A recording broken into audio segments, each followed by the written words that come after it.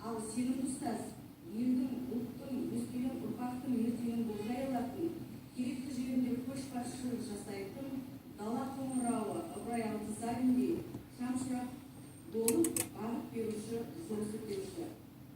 Міне осы ұстанымды ұстай келе, мен әр 5 жылдыққа өзіме мынандай талаптар қоямын. Мысалы, осы жоғары категорияны алған жылдығын айтайын.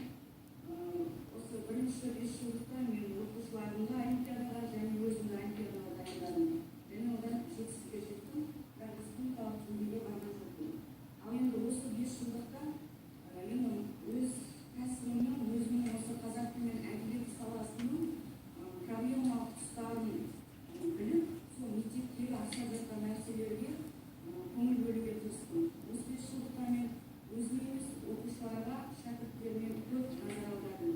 Өйткені аудандық сайыс болсын, мектепішілік сайыс болсын, оқушылардың мәнерлеп оқуы, әдебиетке деген ықыласы төмендеп бара жатқандықтан осыған үлес қостым деп есептеймін.